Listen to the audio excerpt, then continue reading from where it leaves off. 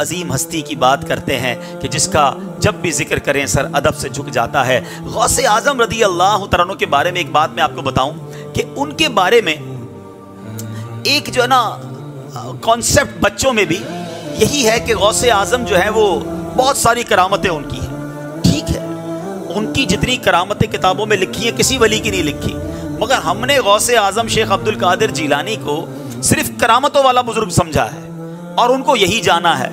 حالانکہ غوث اعظم کی سیرت کے ایسے ایسے پہلو ہیں کہ جس کو سن کر ہم بہت کچھ اپنی ذات میں بھی امپلیمنٹ کر سکتے ہیں. سارے 11ویں منانے والے ہیں, لنگر کھانے والے ہیں, کھلانے والے ہیں. بھائی کیا جانتے ہو غوث پاک کے بارے میں؟ وہ غوث پاک نے فلاں بیمار کو ٹھیک کر دیا تھا, دعا کی تھی تو کشتی ترا دی تھی, یہ سارے واقعات. اور کیا جانتے ہو غوث پاک کے بارے میں؟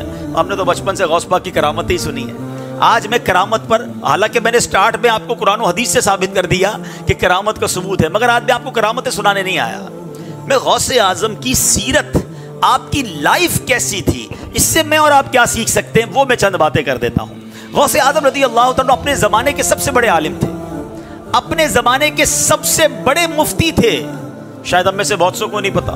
آپ مدرسے میں جاتے بھی تھے اور بعد میں مدرسہ پڑھاتے بھی تھے. آپ کی لائف تدریس میں گزری. 40 سال تک آپ نے بیانات کیے. آپ نے جب بیان نہیں کرتے تھے نا تو نبی پاک علیہ السلام کا بیداری میں دیدار کیا. آقا نے فرمایا میرے بیٹے بیان کیوں نہیں کرتے؟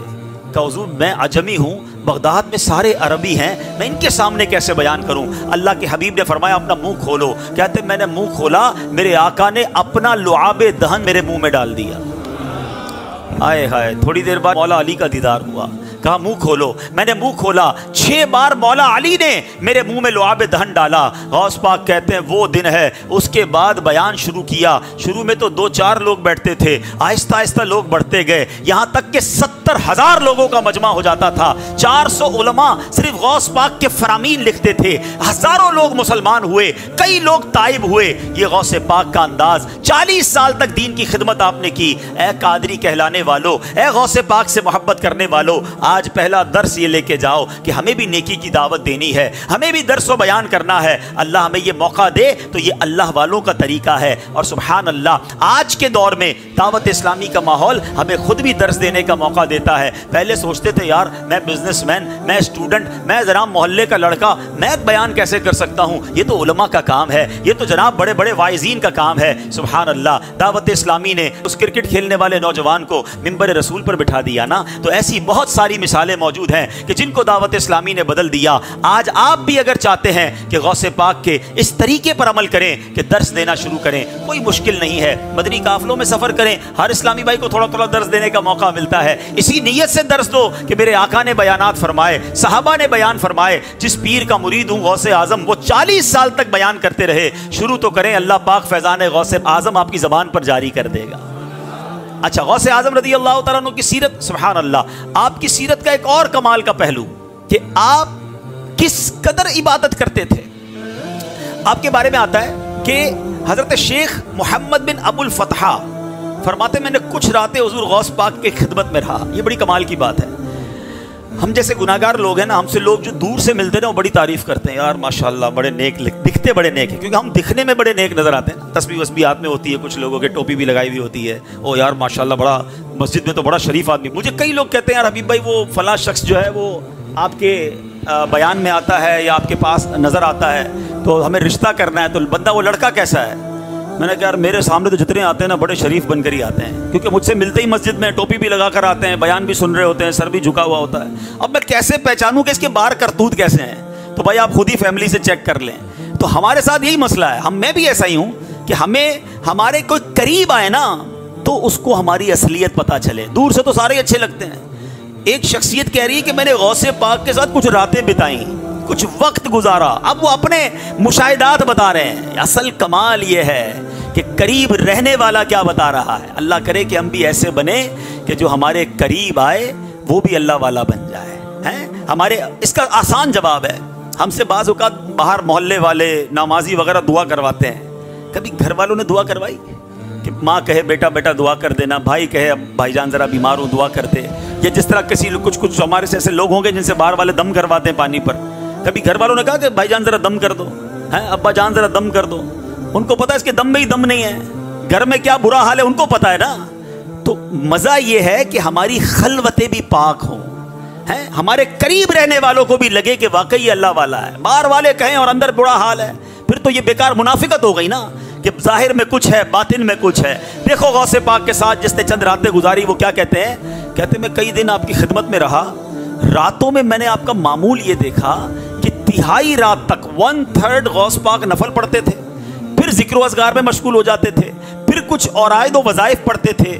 میں نے اپنی آنکھوں سے دیکھا کبھی آپ کا جسم کمزور ہو جاتا، کبھی صحت مند ہو جاتا، کبھی میری نگاہوں سے غائب ہو جاتے، کبھی پھر تھوڑی دیر بعد آ جاتے، قرآن کریم پڑھتے، یہاں تک کہ رات کا دوسرا حصہ بھی گزر جاتا، پھر طویل سجدے کرتے، اپنے چہرے کو زمین پر رکھتے، تہجد عطا فرماتے اور مراقبے میں رہتے، یہاں تک کہ فجر تو ہو جاتی، نہایت عجز و نیاز سے خشوع و خضوع سے دعا مانگتے، اس وقت آپ کو ایسا نور ڈھانپ لیتا کہ آپ نظروں سے غائب ہو جاتے۔ کہتے یہاں تک کہ نماز فجر کے لیے در دولت سے باہر نکلتے، ساری رات عبادت۔ اللہ اکبر۔ اب میرے پیارے اسلامی بھائیوں، غوث پاک کے بارے میں آتا ہے کہ 40 سال تک عشاء کے وضو سے فجر کی نماز ادا فرمائی۔ 15 سال تک میرے غوث نے، شیخ عبد القادر جیلانی نے ہر روز قرآن پاک ختم فرمایا۔ اے قادریوں، میلاد منانے والوں، 11ویں منانے والوں، میرے غوث عشاء کے وضو سے فجر کی نماز پڑھے، اور قادری کہلانے والا نہ عشاء پڑھے نہ فجر پڑھے۔ سچ بتاؤ نا، یہ کیسی غوث پاک کی غلامی ہے؟ غوث پاک روز پورا قرآن پڑھیں، اور غوث پاک کا دیوانہ کہلانے والے کو قرآن پڑھنا ہی نہ آتا، پڑھنا تو دور کی بات ہے، اس کو پڑھنا ہی نہیں آتا۔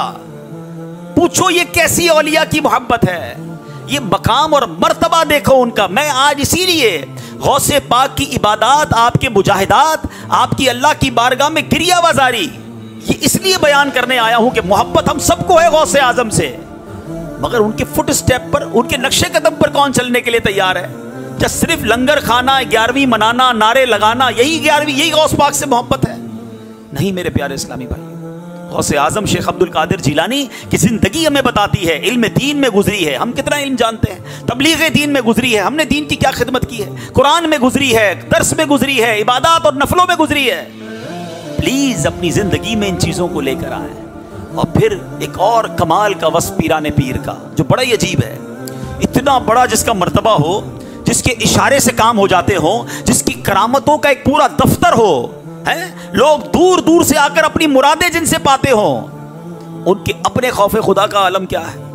کہ آپ کے بارے میں آتا ہے کہ ایک بار آپ طواف ہو رہا تھا، خانہ کعبہ کا طواف ہو رہا ہے، اور وہاں لوگوں نے دیکھا کہ ایک شخص ہے جو کعبے کی دیوار کو پکڑ کر لپٹ کر زاروں کتار رو رہا ہے، اور یہ دعا کر رہا ہے کہ اے اللہ، اگر میرے اعمال تیری بارگاہ کے لائق نہیں تو بروز قیامت مجھے اندھا اٹھانا۔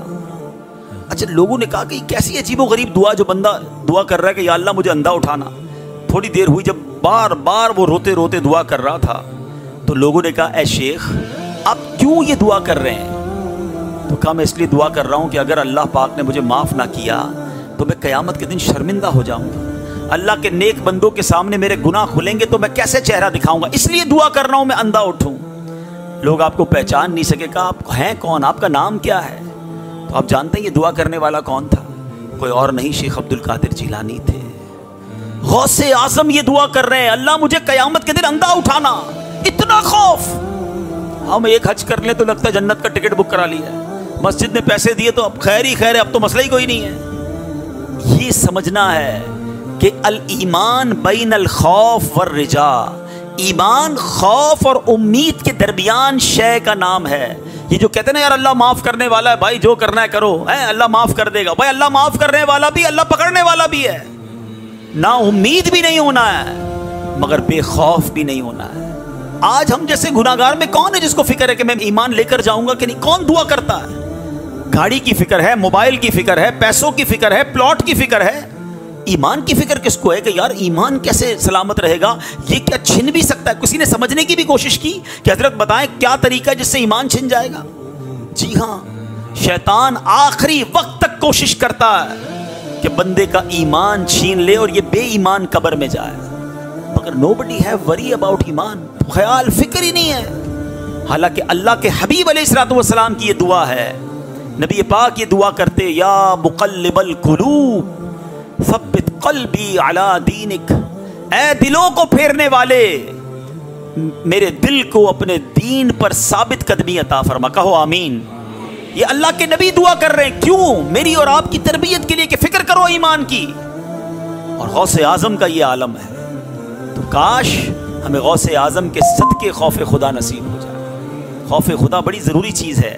اچھا خوف خدا جو ہے اس کے بارے میں قرآن فرماتا ہے یا ایھا الذین آمنوا اتقوا اللہ حق تقاتہ ولا تموتن الا وانتم مسلمون.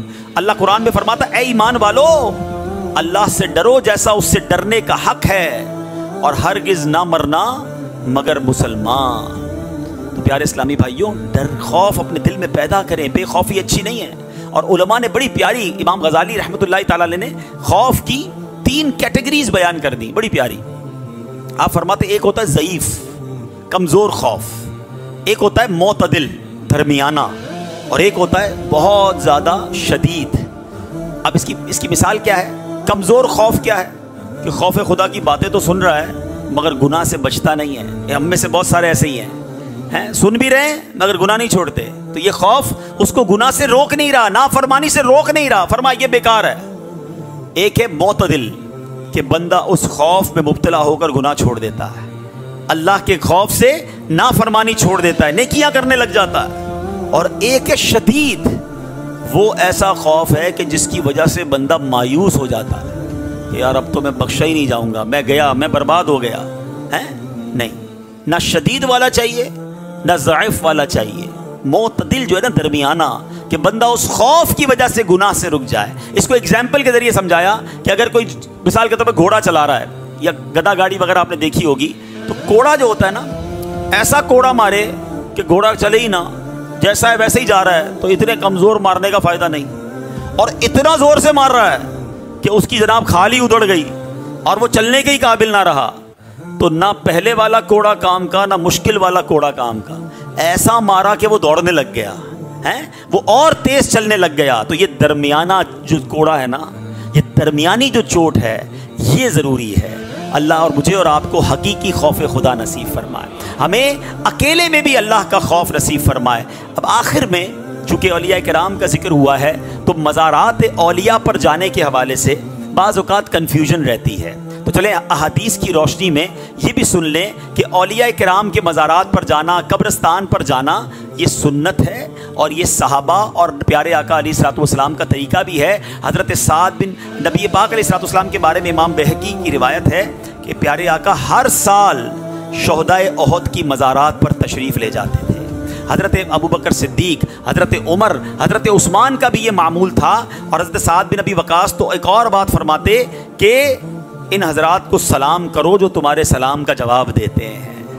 نبی پاک بھی ایک جگہ فرماتے ہیں کہ پیارے آقا علیہ الصلوۃ والسلام فرماتے جو ان کے مزارات پر آئے، شہداء احد کے بارے میں آقا نے فرمایا جو ان کے مزارات پر آئے اور سلام بھیجے یہ لوگ قیامت تک اس پر سلام بھیجتے رہیں گے.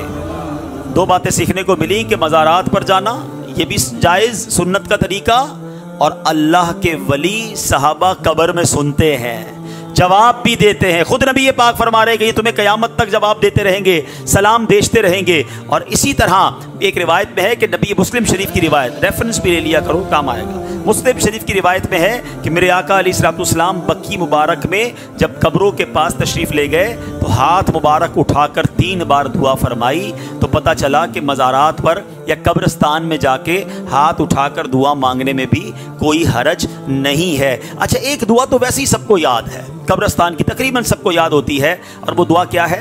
السلام علیکم یا اہل القبور. ٹھیک ہے، آگے پڑھ دوں. السلام علیکم یا اہل القبور یغفر اللہ لنا ولکم وانتم سلفنا ونحن بالاثر. اس دعا میں عبرت بھی بڑی ہے، میسج بھی بڑا دردناک ہے. میسج لیں تو میسج کیا ہے؟ اے قبر والوں تم پر سلامتی ہو، سلام ہو، تم پہلے چلے گئے، ہمیں پیچھے آنا ہے. اللہ تمہاری اور ہماری مغفرت فرمائے. وانتم سلفنا، تم پہلے چلے گئے، ونحن بالاثر، ہمیں پیچھے آ رہے ہیں، ہم بھی آ رہے ہیں. اگر یہ دعا پڑھ کے بندہ ڈر جائے گا یار اب میری باری ہے. اچھا اس میں ایک اور مسئلہ بھی حل ہو گیا. قبرستان میں نیک بھی ہوتا ہے، گناہ گار بھی ہوتا ہے. ایسا ہی ہے نا، سارے ہی لوگ ہوتے ہیں. اور ہم کیا کہہ رہے ہیں؟ یا اہل القبور، اے قبر والوں، یا کے ساتھ بول رہے ہو نا بھائی. اور یہ کیا ہے؟ سنت ہے. نبی پاک قبرستان میں یہ دعا پڑھتے تھے اور ہمیں تعلیم دی ہے. مجھے بتاؤ عام مسلمانوں کی قبرستان میں جا کر، جہاں نیک بھی ہیں، گناہ گار بھی ہیں، شرابی بھی ہے، نمازی بھی ہے، سب کو یا اہل القبور کہہ رہے ہو اور یہ سنت سے ثابت ہے. تو اگر کوئی یا غوث اعظم کہے تو پھر پرابلم کیا ہونی چاہیے؟ یا غریب نواز کہے تو پرابلم کیوں ہونی چاہیے؟ یا رسول اللہ کہے تو بالکل بھی پرابلم نہیں ہونی چاہیے. تو شاید علم کی کمی کی وجہ سے کنفیوژن آ جاتی ہے. تو آج میں نے قرآن و حدیث کی روشنی میں اولیاء کرام کا مقام، روحانی اسٹرکچر، پھر غوث اعظم کی سیرت کے بارے میں ہم نے سنا کہ کیا شاندار عبادت والی سیرت، اتنی عبادتوں کے بعد بھی خوف خدا ہے، اللہ کی رضا والے کام ہیں. یہ سب غوث پاک کی سیرت مجھے اور آپ کو سکھاتی ہے. تو آج آئیے میں بھی نیت کروں اور آپ بھی نیت کریں کہ آج کے بعد ہماری کوئی نماز قضا نہیں ہوگی. ایسا نہیں، ایسا نعرہ لگائیں کہ شیطان بھی ادھر سے بھاگ جائے. غوث پاک کا اگر فیضان چاہتے ہو نا تو واقعی ولیوں کا فیضان نماز کے ذریعے ملتا ہے. ہم نیازی ضرور ہیں بھائی، مگر پہلے نمازی ہیں. صرف نیازی بنتے ہو، نیازی کھاتے رہتے ہو. پہلے نمازی پھر نیازی. انشاءاللہ نیت کر لیں آج کے بعد ہماری کوئی نماز قضا نہیں ہوگی، حرام روزی کے قریب بھی نہیں جائیں گے، انشاءاللہ آقا کی سنتوں پر عمل کریں گے. آمین بجاہ النبی الامین صلی اللہ تعالی علیہ وسلم.